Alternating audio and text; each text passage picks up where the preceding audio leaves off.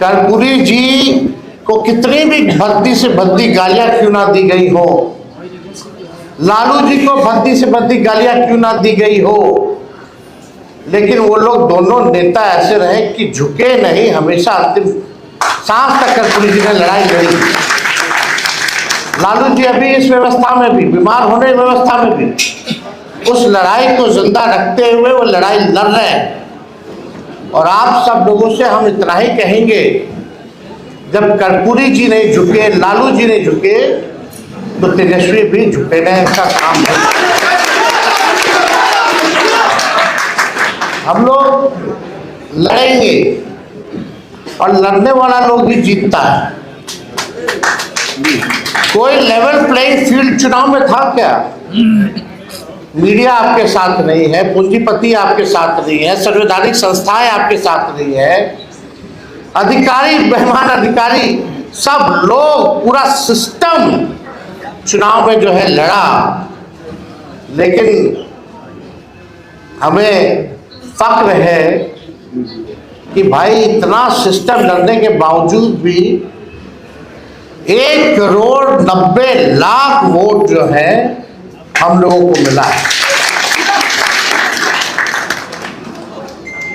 तो 1,90,00,000 वोट, और छोड़ दीजिए 60% बिहार की जनता जो है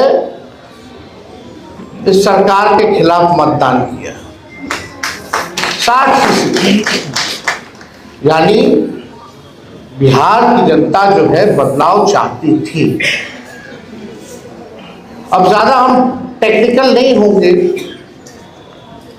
ज्यादा चीजें बाहर बोलने की जरूरत नहीं होती है, नहीं तो सब उसका चीर फाड़ करने लगते हैं।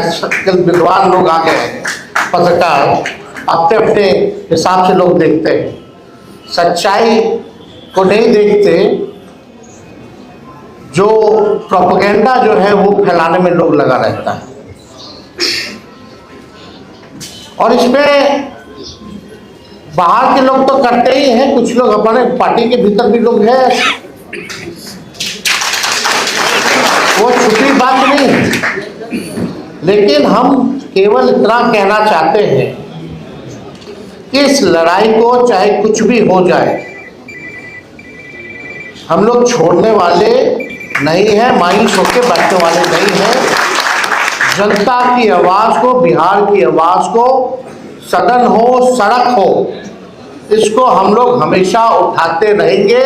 बिहार के भविष्य के लिए लड़ाई लड़ते रहेंगे, इससे कोई कॉम्प्रोमाइज नहीं चलेगी। हमने बोला कि भाई ये सत्ता में चाहे जैसे तैसे आए हो,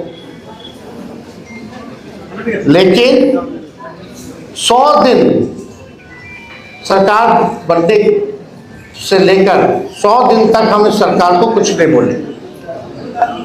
अब हम लोग चाहेंगे कि बाकी का 1,90,000 रुपया भी माताएं बहनों को जल्द से जल्द दे दिया जाए।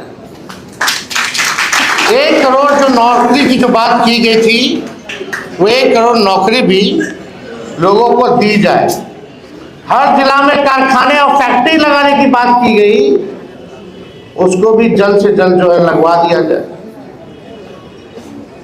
जो लोगों ने घोषणा पत्र केवल 38 सेकंड में खत्म कर दिया था, कम से कम उम्मीद है कि उस घोषणा पत्र को आप जमीनी स्तर पर लागू करेंगे। हम लोगों ने मुद्दे की बात की, पढ़ाई, दवाई, कमाई, सिंचाई, सुनवाई, कार्रवाई की बात की, बढ़ते हुए अपराध की बात की। आज क्या हो रहा है बिहार में? मासूम बच्चियों के साथ क्या हो रहा है? और आजकल ऐसा भाजपा का नेता लोग है, समझ में नहीं आता। अभी एक बड़े विद्वान भाजपा के जो अपने आप को एलीट समझते हैं, बहुत चतुर समझते हैं, वो सोचते हैं कि उनसे ज्यादा कोई विद्वान और डैशिंग आदमी कोई है ही नहीं। उनका बयान आया कि तेजस्वी बाहर थे तो अपराध कम था, आ गए हैं तो ज्यादा हो गया। गजब बात है। बच्चियों के साथ गैंगरेप हो रहा है, बलात्कार हो रहा है, हत्या हो रहा है, और इस सवाल को मजाक में उड़ा दिया जा रहा है।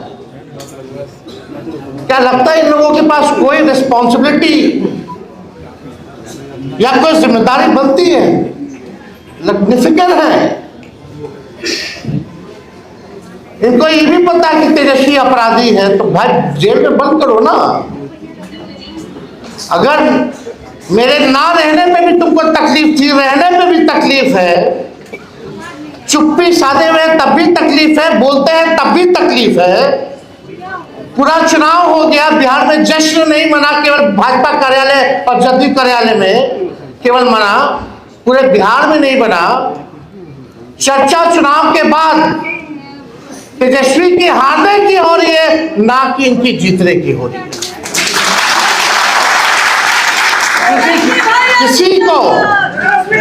किसी को विश्वास ही नहीं था कि चुनाव का नतीजा क्या है।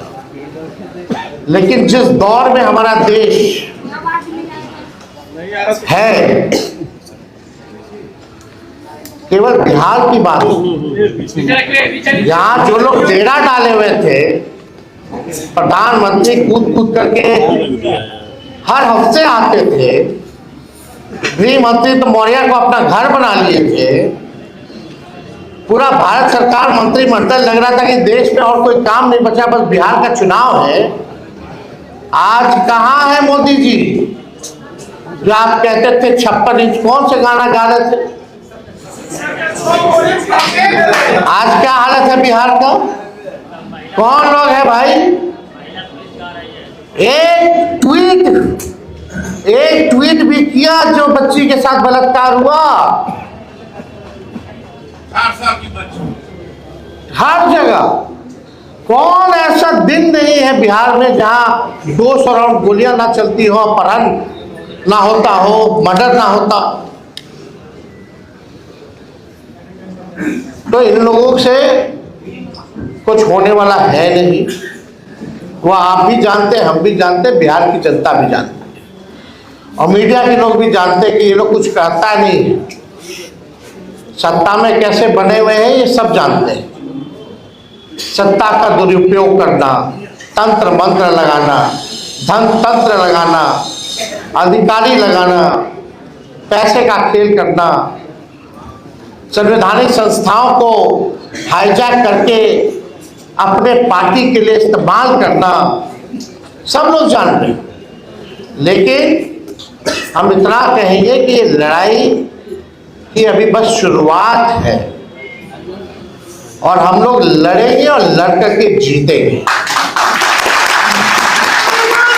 और हम लोगों को चाहे भाजपा हो, ई हो, वो हो, लोग परिवारवाद की बात करते थे। आज पूरा भाजपा का मंत्रिमंडल उठा करके देख लीजिए तो भाई कौन है? नितिन नवीन जी को भी हम बधाई देते हैं, राष्ट्रीय अध्यक्ष बने भाजपा के। उनके पिता क्या थे? हाँ, वो परिवारवादी नहीं है, लेकिन उनको राष्ट्रीय अध्यक्ष बनाएंगे कि नहीं बनाएंगे? तो कितना लोग, और ऐसे ऐसे लोगों को मंत्री बनाया गया कि भाई कहीं जीता नहीं, लड़ा नहीं। तो हमको तो इस सब पे बोलना नहीं है, सब लोग देख रहे हैं। लेकिन अब हम सब लोगों को गंभीर होकर बिहार के भविष्य को, अगर बिहार को बचाना है तो सबको एक होकर के लड़ाई लड़नी पड़ेगी। और अभी तो सत्र शुरू होगा 2 तारीख से, बजट सत्र शुरू होगा, पार्लियामेंट भी चलेगा। उसके बाद हर जिले का हम लोग कार्यक्रम बना करके, घूम करके हम लोग जो है नया मजबूत संगठन जो है बूथ वाइज जो है हम लोग बनाने का। तो आप सब लोग बड़े देर से आप लोग यहाँ हैं, आप सब लोगों को धन्यवाद देते हैं। और परसों हमको लगता है कि रिपब्लिक डे भी है, उसकी भी आप लोगों को